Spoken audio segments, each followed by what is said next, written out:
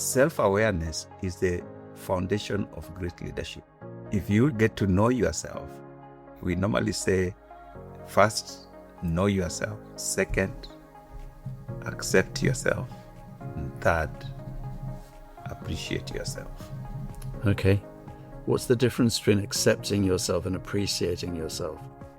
Accepting yourself is really when you know yourself, so you know your strengths, you know your weaknesses, your abilities, you know, this is who I am, okay? There are people who are not happy with who they are, so they are constantly trying to be somebody else. Hello, my name is Gordon Showell-Rogers. I'm really pleased that you've joined me for today's episode of Faith Without Frontiers. Today I'm joined by Bishop Dr David Oginde. David is chair of Kenya's Ethics and Anti-Corruption Commission and founder of the leadership consultancy Catalead Associates. Bishop Dr David Oginde, thank you very much for being willing to talk to me. I really appreciate that. Thank you. We were just discussing the fact that I think we first connected somehow through IFES, the local students, but I'm not sure how. I can't remember. No, I can't remember I'm not either. a good historian. Okay, so you may not be a good historian, but you've got all sorts of other studies under your belt. You studied architecture initially, right? Yes, I studied architecture at the University of Nairobi. Graduated in 1986. Okay. And then went into IFES. Yes. Immediately. The following day. The following day, yes. I was invited to work with the students. I'd been a student leader myself when I was a student. Yeah. And I got a lot of support from our movement called Focus, Fellowship of Christian Unions, which is the IFES movement in Kenya. And so when I finished and I was asked whether I could do this, I thought, why not? I was to do it for 3 years. Yeah. That's what I was invited to do. Those days, it was not difficult to get jobs in Kenya. Okay. For professionals. So there was no issue of what happens when I finish my 3 years. I was so sure that I would go back and get my job or get into the profession. In architecture. After 3 years. But those years turned into 11 years. 11? Oh my goodness. You did 11 years with Focus. Yes, I did 11 years. So after that, I thought maybe now it's time to go back to architecture. Then I was invited by our church to help them with administration. This is Christ is the Answer Ministries? Christ is the Answer Ministries. Yeah. Those days it used to be called Nairobi Pentecostal Church. So again, I thought I would go there maybe for another 3 years. I was there for 20-something. Oh my goodness. And now you're Bishop Emeritus of that denomination. Yes, so I went in as an administrator for the church. Then I became a senior pastor for one of our branches. Yeah. Then I moved to become a bishop, deputy bishop, and then bishop. Yeah. Okay, my goodness. So I did bishop for 10 years, which I finished in 2020. So just in time for the pandemic. Just in time for no, it was actually during the pandemic. Okay. During the pandemic. So we actually had a very interesting transition, a new bishop, because when the pandemic started, the COVID-19 pandemic started, we thought it was going to be a few weeks. Yes. So we said, okay, let's wait for this thing to clear out and then we do our transition. But it was just going on and on. Yes. So finally we decided we might just as well go ahead and do the transition. So I left in November 2020 at the peak of COVID-19 and we had a new bishop. So you've never gone back to architecture? I've never gone back to architecture. It's some 40 years later. Wow. In the meantime, you also studied leadership and governance and theology. Yes, while I was working with Focus, I did biblical studies in Trinity Evangelical Divinity School in the US, in Chicago. Then when I finished with Focus, I started having this concern about the nature of leadership in our continent. And I just felt maybe this is an area that I need to do something about. So in those days, I had never heard of any leadership studies. So the most I'd heard of was business administration. I thought I should go and study that. Then soon after, our local university, Pan-Africa Christian University, introduced a master's in leadership. And when I heard about it, I just thought, this is what I need. So I did a master's in leadership. Then thereafter, I went to the US Regent University and did a PhD in leadership. Yeah. So you're well educated, is putting it mildly. You've studied a lot of things, but I'm guessing that a lot of the lessons you've learnt over the course of your life so far have been life lessons, not so much in academia, but from living. It's true. It's true. There's a lot. What drove me into studying leadership and wanting to enter in the field of leadership was my personal experience in leadership. When I was in Focus and when I was a leader in the church and interacting with various leaders in different sectors of society, in the public sector, in the corporate sector, in church, in other organizations, and just seeing how well-meaning people make some very obvious mistakes in their attempt to provide leadership. So that's what led me to think, can leadership be learned? I was not sure. I'd never heard of a university offering leadership course, but I just thought, is this something that one can go to school and learn? But then there was no such a course offered locally. So when Park University started the Masters in Leadership, I thought I should get in there. The sole purpose, my thinking was, I wanted to be part of raising a new generation of leaders, begin to change the tide of leadership, especially in Africa. So that's what drove me into studying leadership. And that's what I'm doing now. You're studying leadership? Or No, I'm training people in leadership. Training people, a new generation of leaders. Yes. Tell us about that. So back in 2000, I joined the master's class in leadership in 2005. I graduated in 2007. Then I went for my PhD in 2010. But right from there, my aim was not just to gain education, but really to offer training. So from that time, I began teaching leadership, holding conversations on leadership. To date, I hold a bi-weekly, fortnightly discussion on leadership on our radio station, Hope FM, on a fortnightly basis since 2009.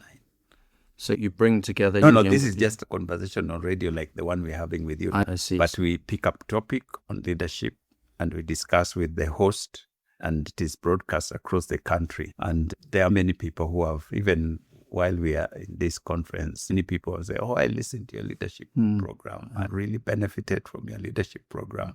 And that's part of what I wanted. Then when I finished with the bishop work, I got into actual leadership training. So we started a consultancy firm called the Catalead.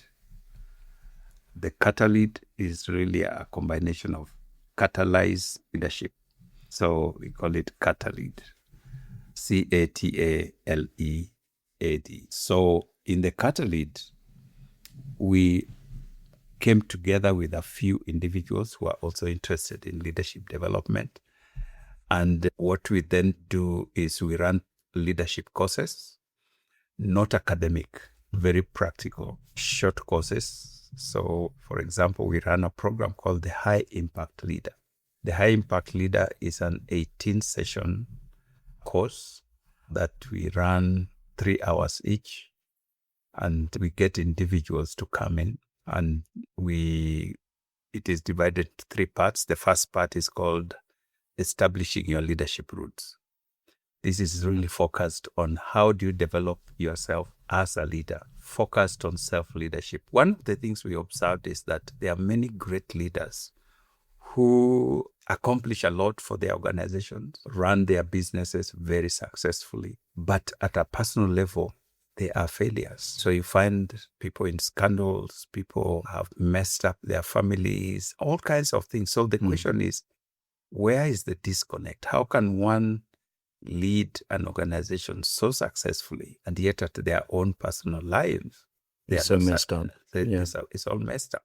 Yeah. So the high impact leader is focused on how to lead yourself as a person. So we have segmented it to 18 sessions.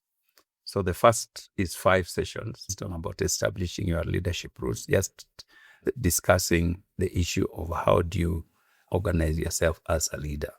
Then the second part we call building your leadership muscle. Okay. This has to do with the habits, practices, disciplines, principles that one needs to develop for them to be solid leaders. Mm-hmm. And then the third one, we say growing your leadership capital. Growing your leadership capital is about how to be a leader without a position, without a title.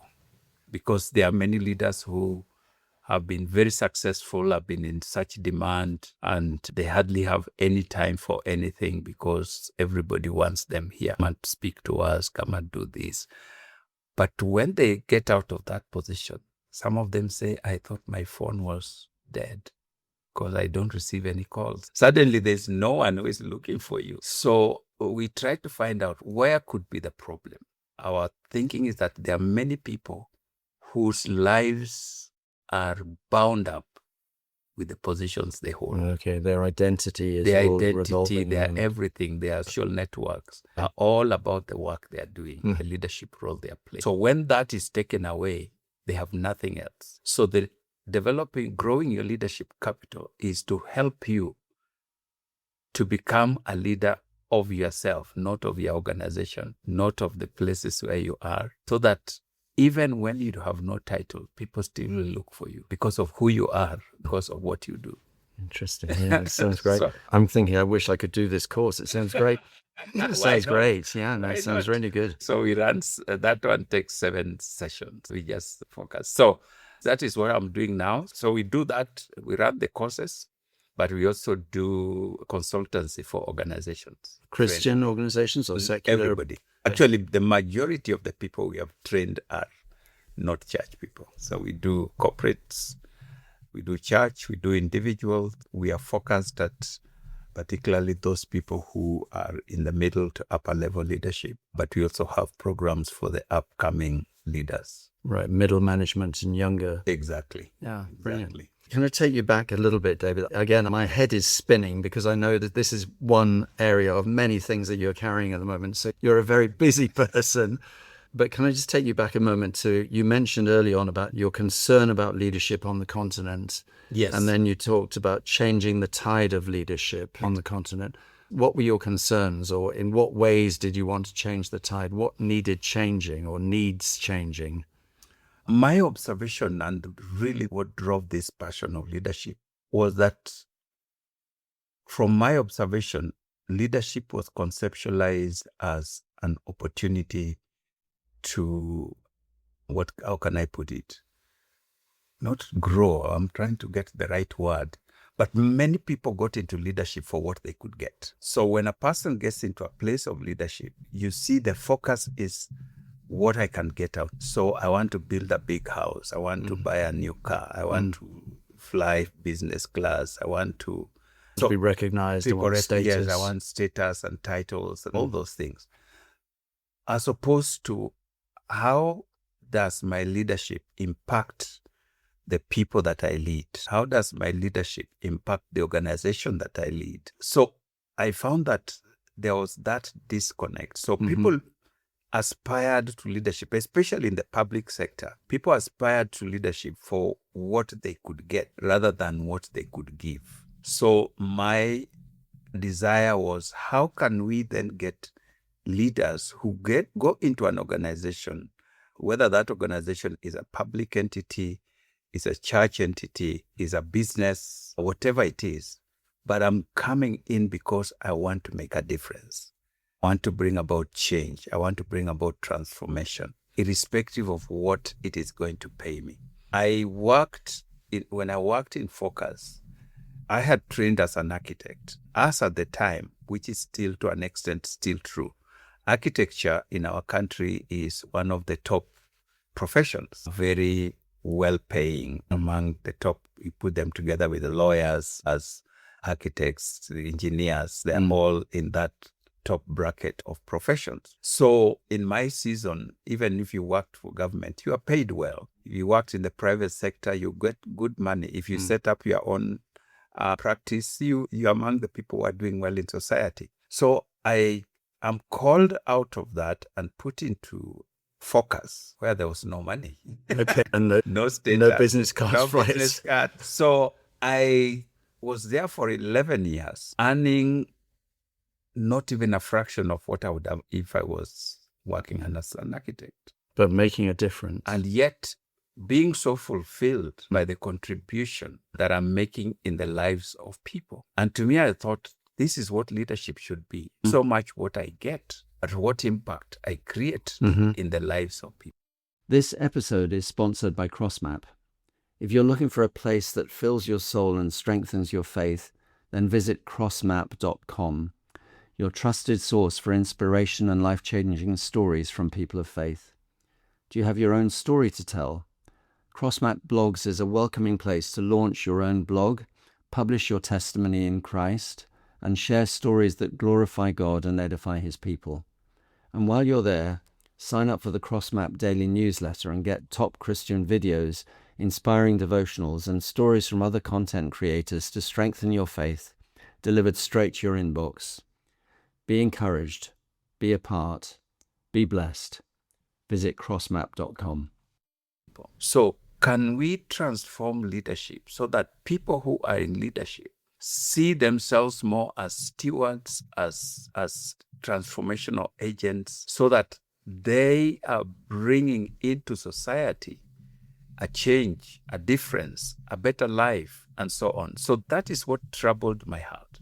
Why this obsession with what I can get rather than what I can give? So that really was the driving factor. You saw that in the church as well as in the public sector, in business? Yes, for sure. In church, I'm afraid to say it gets even worse. It gets, especially within the sector of the church where I have been, the Pentecostal, charismatic, where an individual just wakes up and declares themselves a pastor or a bishop or whatever. And you can see that all the resources that come through the church from the members are really privatized, belong to the pastor, rather than the community, rather than the church itself. So you see a pastor who is leading a congregation of very poor people, and yet the pastor is living a very lavish life. So you realize that this person is really exploiting the people that they're leading. If it was in Jeremiah's and Ezekiel's day, they would say, you are eating the sheep instead of bringing up the sheep. So that kind of transformational change of perspective on leadership is what I was passionate about. And that's what we train people right now. That's brilliant, David. It's great. So our High Impact Leader, for example, series, which is the 18-part series, what we focus on and encourage, and these are, majority of them are corporate leaders, people in business. Interesting. And even there, we tell them that really your first and foremost responsibility is to empower people. And that starts with empowering yourself. Because if you are not self-confident, if you are not self-empowered, then you will be competing with the world. You'll be competing with other people. You'll be competing with the people you lead. You will not be contributing. But if you are self-confident, we use biblical principles, but we are not a Christian organization. Okay. So we don't quote the Bible in our classes. But there's Bible right the way But through. the Bible is the foundation. Because the Bible says about Jesus that because he knew himself, where he came from, where he was going, he would pick a towel and wash the feet of the disciples. That's a great. The confidence he had to wash the feet of the disciple is because he knew himself. Because of his own self-awareness. Exactly. So he didn't feel like if I wash people's feet, I will be small. They will think I'm nothing. Because he knows where he has come from. And he knows why. So it gives him that confidence that he can do the most menial task without losing his identity. And so we say self-awareness is the foundation of great leadership. If you get to know yourself, we normally say First, know yourself. Second, accept yourself. Third, appreciate yourself. Okay. What's the difference between accepting yourself and appreciating yourself? Accepting yourself is really when you know yourself, so you know your strengths, you know your weaknesses, your abilities, you know, this is who I am, okay? There are people who are not happy with who they are. So they are constantly trying to be somebody else. I am too tall, I'm too short, white, I am black, I am this, I am that. So they know themselves, but they have not accepted. This is who I am. Yeah. It is in accepting that this is who I am that will help you not to compete with another person. I am fearfully and wonderfully made. That is accepting. So there are people who know themselves, who accept themselves, but don't appreciate themselves. Appreciating means that you are happy with yourself, that I am tall for a reason.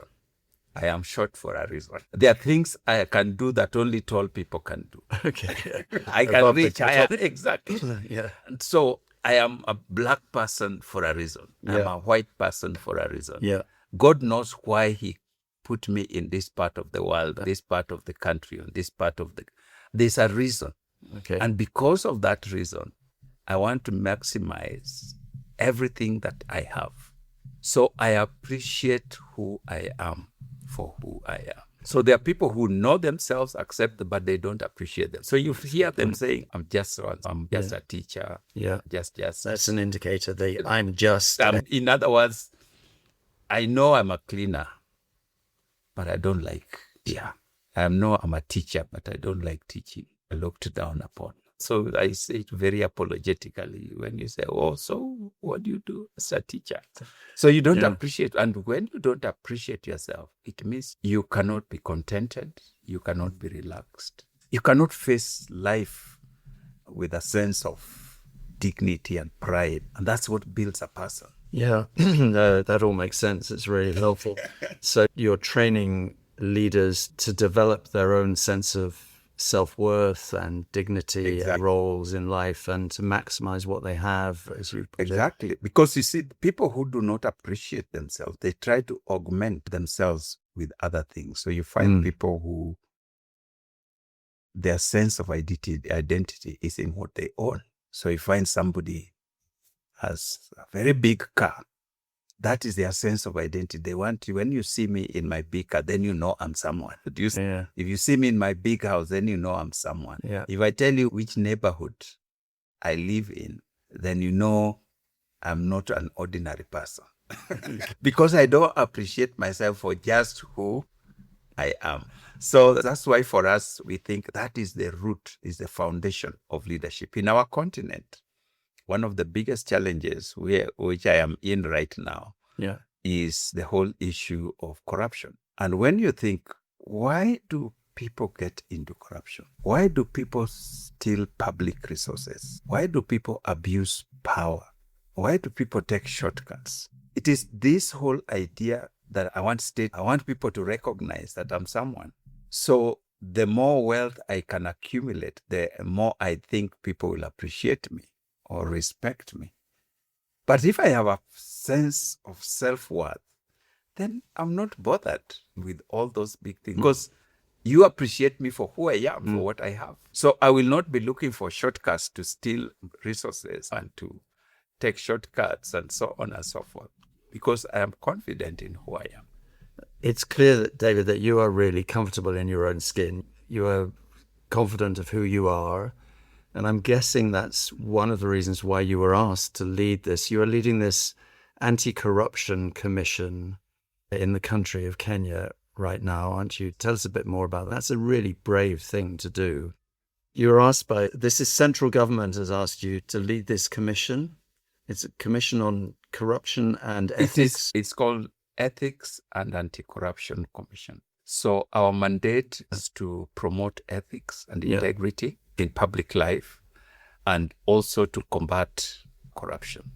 So we have the dual mandate of positive and negative. If you put it that way. Yeah. So we work on promoting integrity, promoting ethics, morality, within the public sector. Our mandate is focused primarily on government.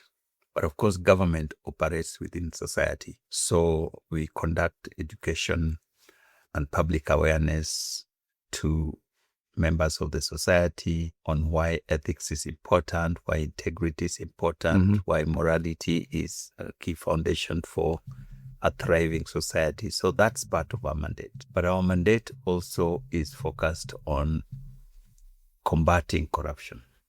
So we have the powers to deal with any person or people who are involved in corruption within government. So it doesn't matter who they are. We have the powers to arrest, to investigate, arrest, prosecute those people. Yes. So I can see how the ethics, integrity, morality piece, the education piece, that overlaps really well with Catalead and your passion for integrity and leadership and learning to know yourself, accept yourself, appreciate yourself, and all of that. The anti-corruption thing, the combating corruption thing, is that something new for you, or does it? I can see the overlap and the connection, and you've made the connection for us as well. I never imagined that I would work first with government. It was never within my ambition to do. But secondly, to work in an institution like we call it here EACC, Ethics and Anti-Corruption Commission. I never imagined that I would ever work with. But the issue of corruption, integrity, is part of why I got into leadership studies. Because that, as I said, was something that was really painful for me. A person should get into a place of leadership, and the only thing they seem to be doing is stealing from the people that they are supposed to lead. So when this opportunity came up, and many of my friends who know me were like, you could go for this.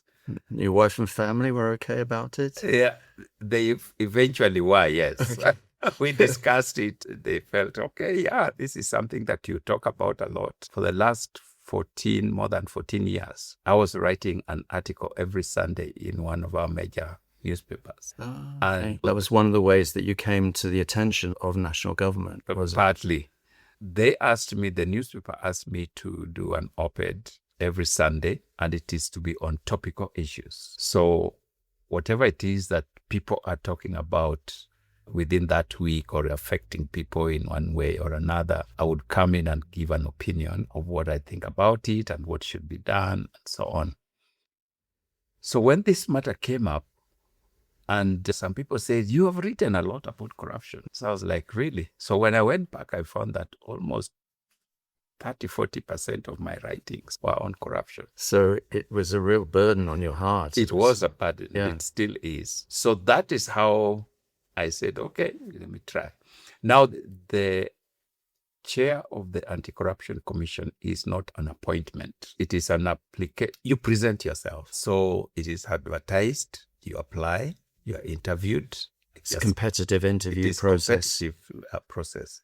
So if you are successful, then you are appointed. So I decided finally, okay, let me apply. See what happens. And to my surprise, I was among those who were shortlisted. And then we went for interview. And again, to my surprise, I was one of the three, because the law says the interview panel picks 3 names, and those 3 names are sent to the president. And then the president picks one. And that name then is taken to Parliament for vetting. Yeah. Well, it's quite a rigorous process. It is a rigorous process. So if Parliament approves, then you're appointed and you're sworn in. How long did that process take? 3-4 months, about 4 months. Yeah. So I put in my application. I was shortlisted. I went for the interviews. I was shortlisted again. My name was among the 3 that were sent to the president. And the president picked my name and sent to Parliament, appeared before Parliament for grilling. What was that like? Oh, that was tough. That was tough. And it is live on TV. Oh, really? Oh, yes, my goodness. It was television. And they're asking you tough questions. Yeah. So to my surprise, they approved appointment. So you had 3-4 months to begin to get used to the idea, but still it's a huge thing. It is a huge thing. Because you see, it is very different when you see things from outside than when you get inside. Okay. So I only knew the fight against corruption from outside. But now I am getting inside where the action is, and it was a totally different ballgame. In what ways is it different when you're in? One is the complexities involved in the fight against corruption, the magnitude of corruption, the global nature of corruption. In the sense of being in every sphere of society, or being... Yeah, you find that corrupt persons are networked around the globe. Yes. So literally globally networked. It's global globally nature. networked. It's globally networked. So you will find that somebody, especially big corruption, now I'm talking about big corruption. Big corruption is globally networked. So you find, say for example, a country is involved in a project, a big project. That project needs to be implemented by an international organization and is funded by another international organization. Okay, yeah. So you may find that within these organizations, they have networks on how to beat the system and get part of this money stored in another country. So you may find that a corruption case you are pursuing involves 3, 4, 5 countries. Wow. Okay. So those are things I never even imagined. I hadn't even thought of that, although I've come across the global connections in criminality, for example, in the anti-trafficking world. Yes, it is the same. It's very similar. It is very same. Yeah. Very similar. So again, hearing that about the complexity, the magnitude, the global networks, that's making me think. I was already thinking this was a brave thing to do, David. You're very exposed in this role. It's in some ways quite a dangerous role. Yes, it is dangerous.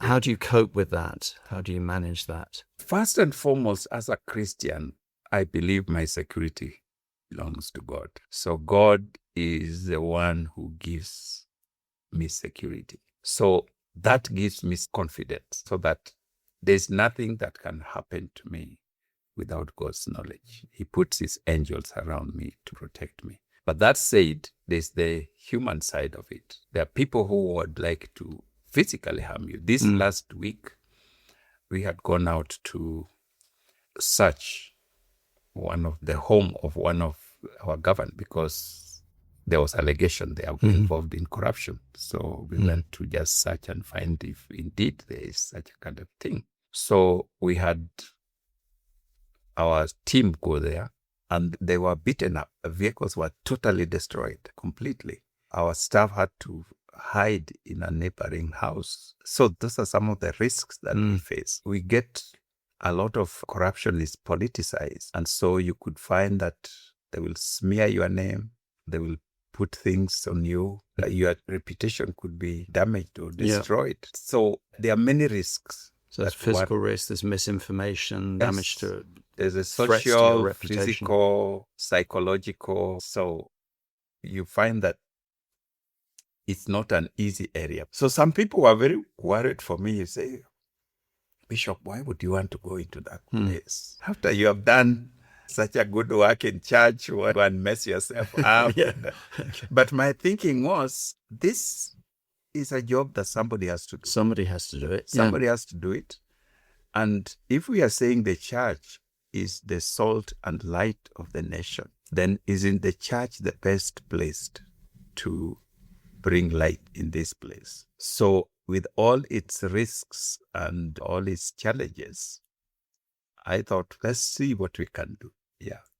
Have you seen some encouragements since you've taken over? We are making some progress. It's very slow progress. Yes, we are making some progress. And we believe that we can change how things are done. It's difficult. It's like emptying the ocean with a cup. But whatever water we take out is not there anymore. That's how we look at it. And you're living what you're teaching in Catalead, seeking to be an agent of transformation. True.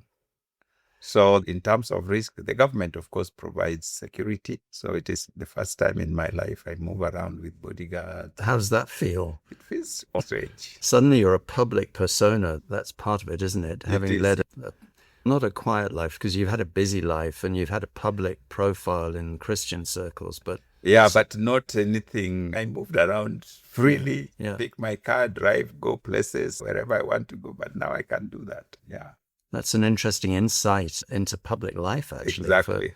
for other people in public life, politicians, media people. Exactly. Yeah. So it's different. Yeah. What's the thing you have appreciated most of your time so far in this role?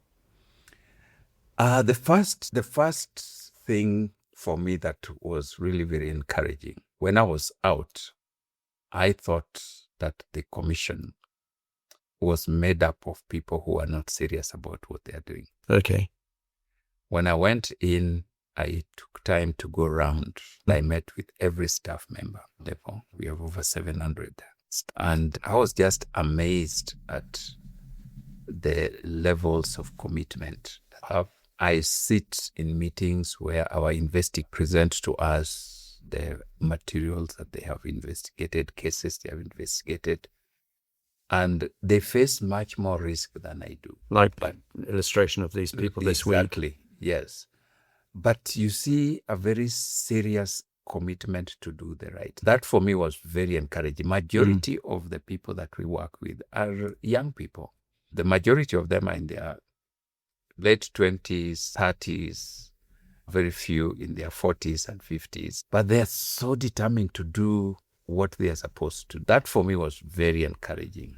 Very encouraging. Do you see that as the hope for the future, these determined young people? Oh, yes. These people, if we could get that spirit into every sector of our society, our organization would not be. The people who are perpetuating the culture of corruption are mainly the big guys, the older guys. These are the people who are perpetuating the corruption. So they therefore create an environment and a culture that gives the impression that unless you're corrupt, you cannot succeed in life, which is totally distorting of the ordinary person, so that you find that even the younger people begin to believe that the only way to succeed in life is to take shortcuts. So that is a narrative that through our education process, we are trying to reverse through our integrity campaigns to let people know that you can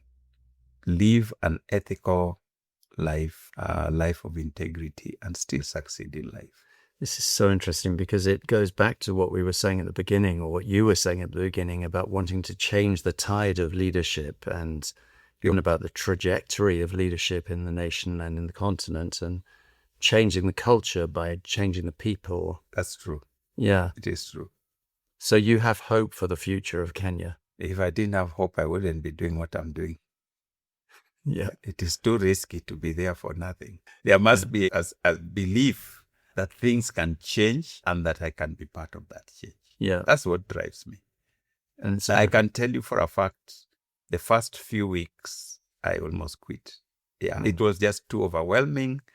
You feel like this is too big. What can I even contribute? But one of the greatest encouragements that I have had, when Jesus said, I'm going to build my church and the gates of hell shall not prevail against it. My belief is that as a person who has come from the church sector, as a believer, as a Christian, God may have sent me into this space to make a difference, and the gates of hell cannot prevent that. We pray every day with my wife over this, and one of the prayers I make is God to bring confusion in the enemy's camp and those people who are scheming for evil. And to my surprise, sometimes I see some things happening in the public sector. And I just say this is an answer to our prayer, where people just do foolish things. They get into very foolish kind of things. And I'm just saying, God is creating some confusion. And so I believe that no matter how long it takes,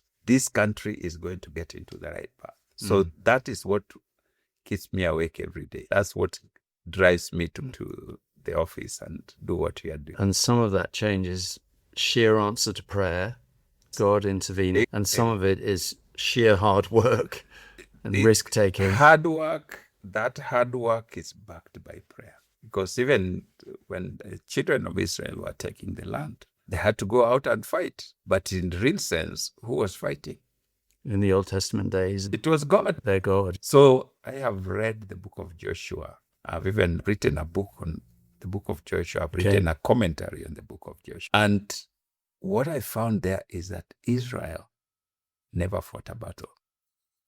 Not one, which was the first city they took. They were told simply to go around 7 times. Then they shouted and the walls came. Which battle is that? But they still had to walk around, which is anybody who is filming from a distance, they say these are crazy people. Yeah. And it is those crazy things that God uses to bring down the walls. So it is those crazy things that I'm believing that the little that we do as a commission, God will use to bring down the wall. Yeah. So we must do what we are supposed to do it in the best way that we know how, but trust that God will use the little, the walking around the wall to bring down the wall. The corrupt are powerful.